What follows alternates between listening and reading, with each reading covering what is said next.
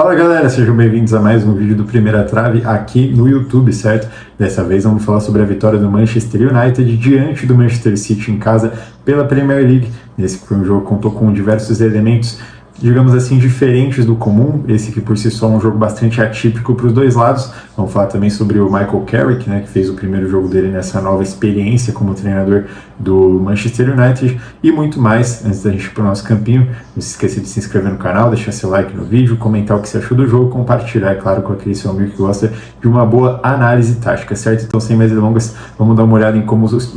os times começaram em campo. O Manchester City, eu vou começar por esse que não contou com muitas mudanças em relação àquilo que a gente tem se acostumado nessa temporada. Linha de 4 atrás, a zaga bastante modificada, né? Essa dupla alternativa, digamos assim, enquanto o Rúben Dias e o Gvardiol se recuperam de lesão. O Ake na lateral esquerda, que também é uma opção alternativa, né, em relação ao O'Reilly, que começou no banco de reservas, e o Rico Lewis, que também, né? Então uma linha de zaga, uma linha de defesa completa do City aí, bastante modificada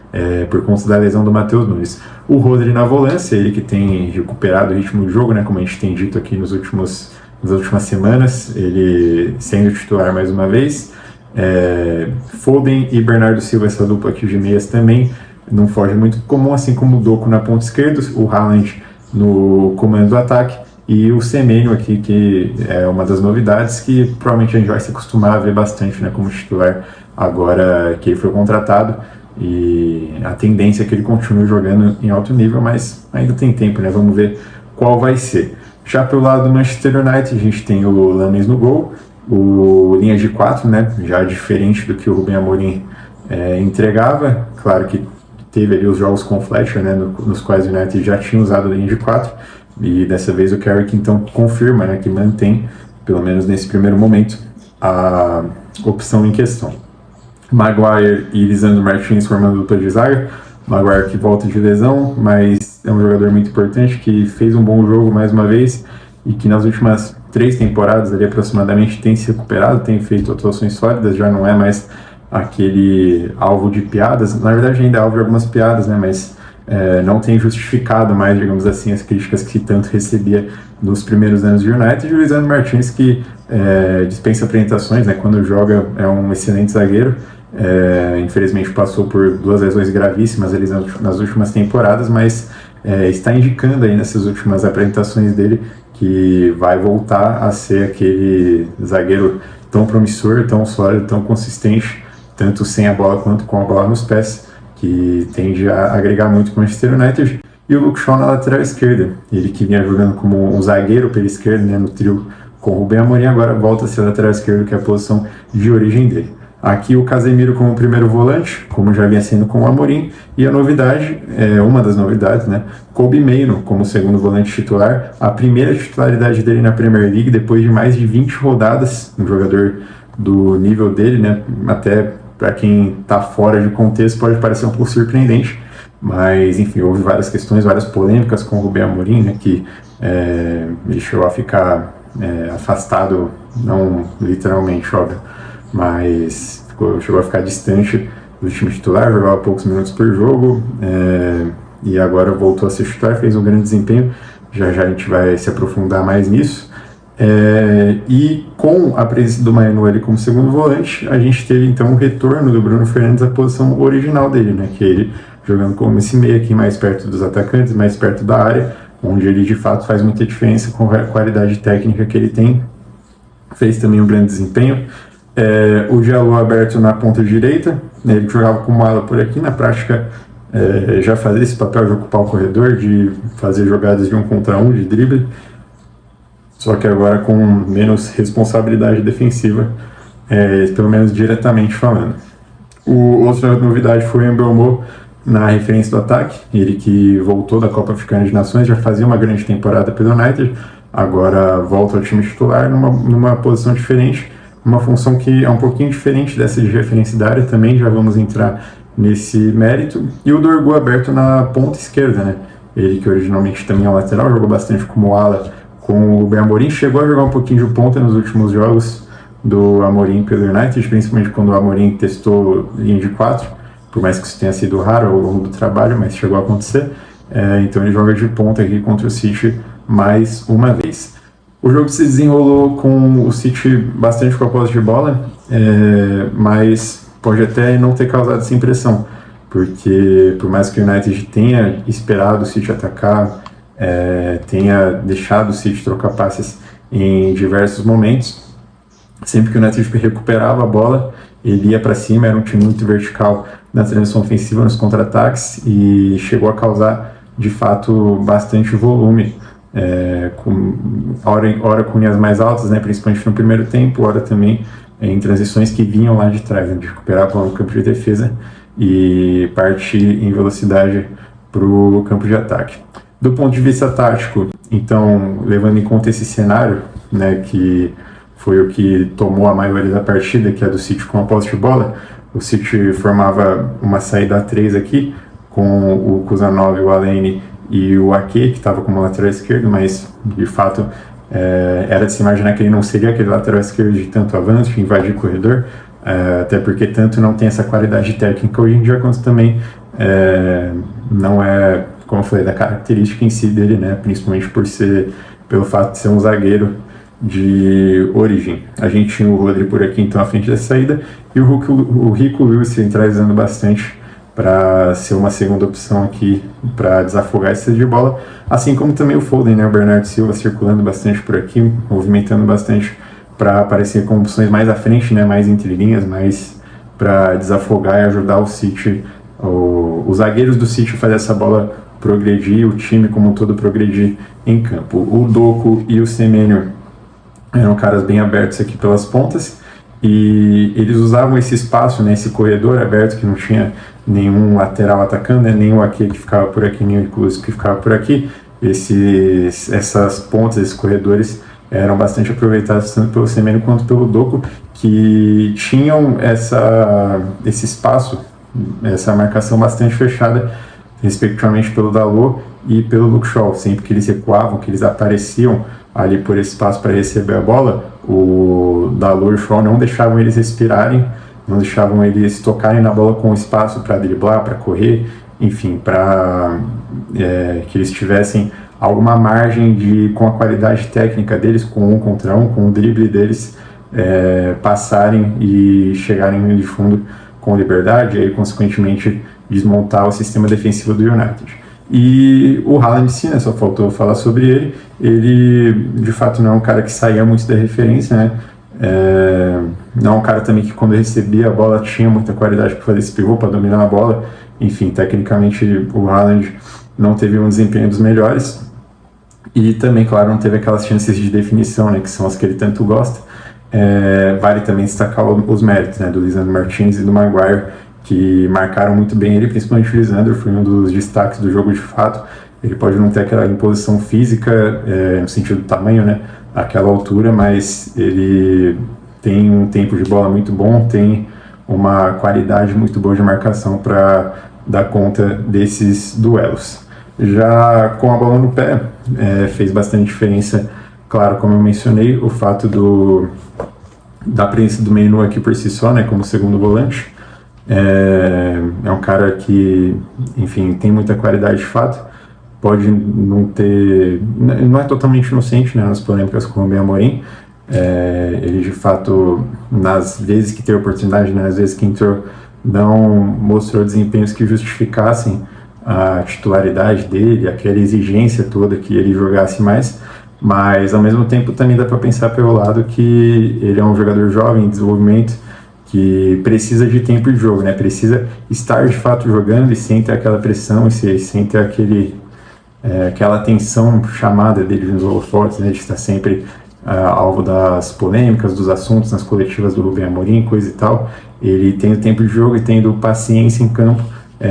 tendo mais sequência, né, de jogos como titular, talvez volte a mostrar aquele futebol tão promissor que ele mostrou nos primeiros meses dele no time principal do Manchester United. E mais importante que isso, claro, né, a presença, ou melhor, vou por outro caminho, a ausência dele com o Rubem Amorim fazia com que o Rubem Amorim escalasse o Bruno Fernandes aqui como segundo volante ao lado do Casemiro, porque não existia outra opção para fazer esse papel de segundo volante além do meio, então o Bruno Fernandes ficava improvisado por aqui, Claro que ele agregava também, isso é fato. É até uma estratégia comum, da gente vê direto acontecer de treinadores por aí colocarem jogadores, por mais que não sejam volantes por si só,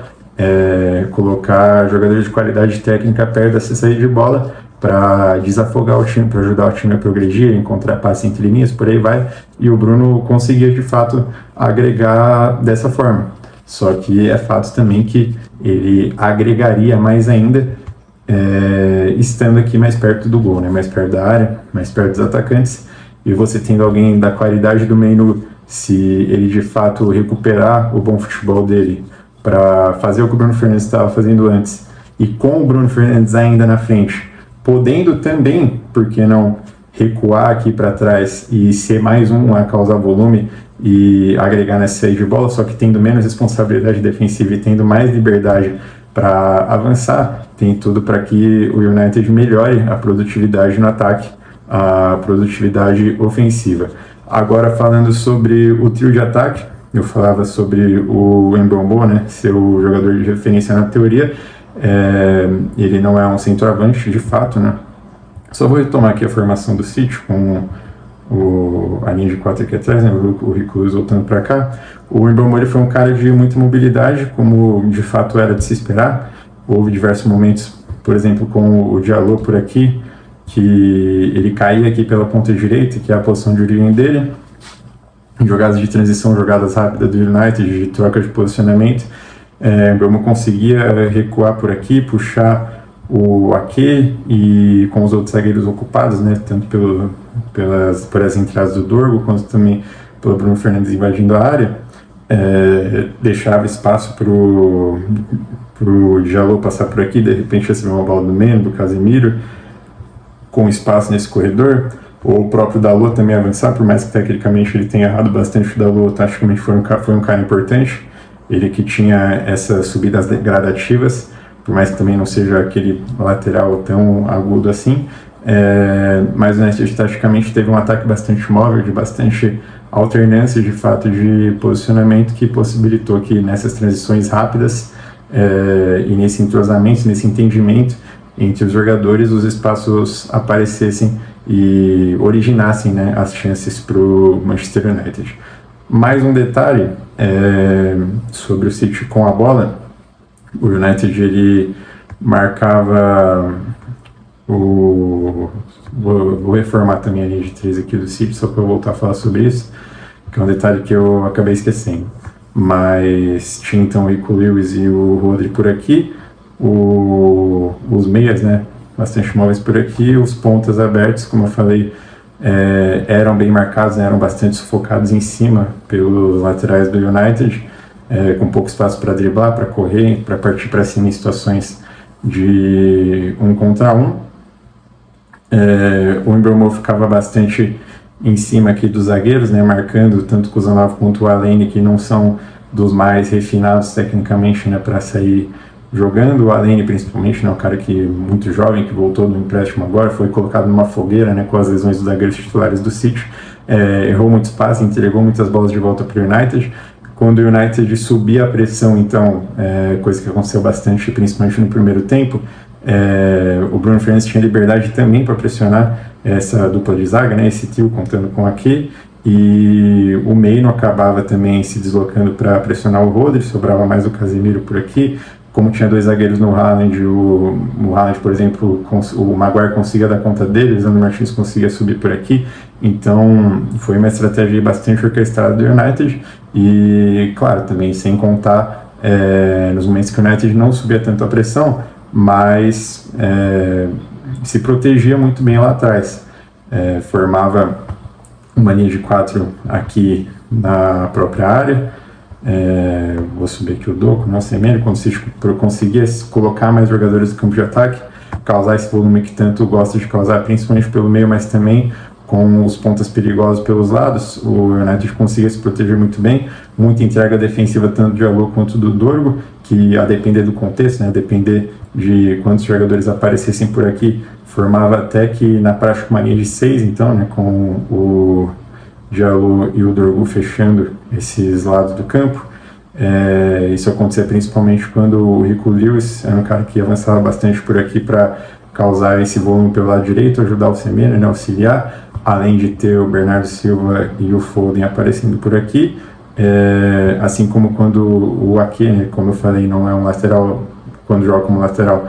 tão agudo assim, mas ele subia gradativamente também, fazia esse suporte e exigia bastante da marcação do Diallo, às vezes pelo meio também, né, deixando a ponta aberta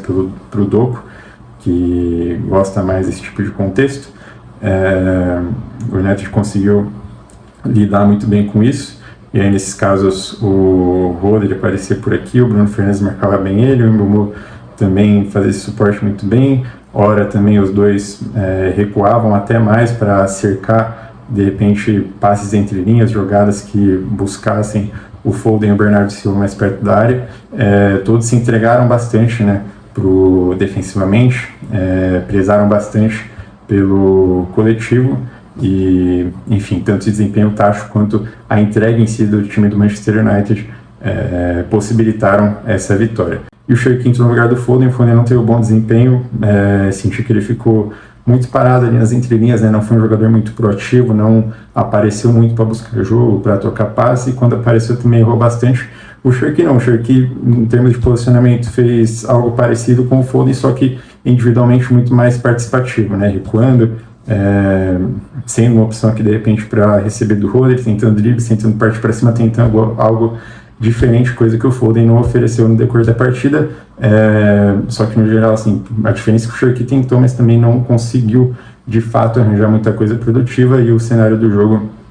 se manteve muito favorável ao Manchester United, que conseguiu marcar os 2 gols e no segundo tempo não sofreu perigo quase nenhum. Além de marcar os gols, né, o Manchester United também exigiu algumas defesas do Donnarumma, mandou 2 bolas na trave, então foi de fato uma vitória muito merecida, como foi de muita entrega, de um ótimo desempenho individual e coletivo dos jogadores, tático do Michael Carrick. Não dá para dizer ainda, né, que essa vai ser de fato a postura do time do Manchester United no trabalho do Michael Carrick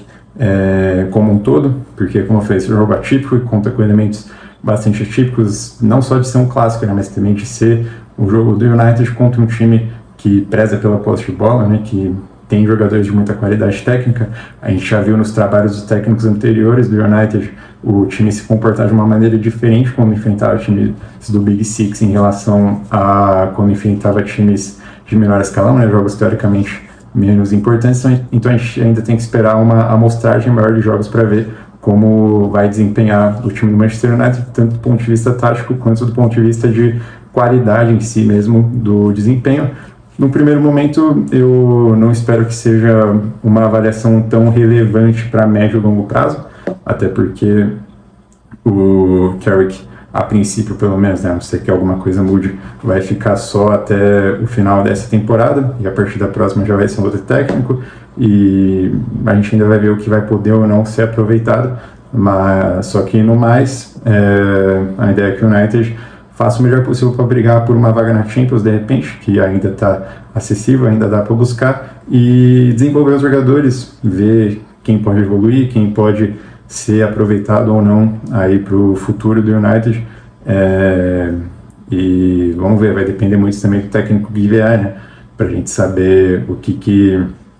vai ser utilizado ou não, né, como eu falei, aproveitado ou não desse trabalho. Tá falado? Deixe nos comentários se você sentiu falta de algum detalhe nessa análise, deixe sua avaliação também para contribuir com a gente, não esquece de deixar like no vídeo, se inscrever no canal, compartilhar o vídeo com aquele seu amigo que gosta de uma boa análise tática, certo? Muito obrigado pela audiência, valeu, um abraço e até a próxima.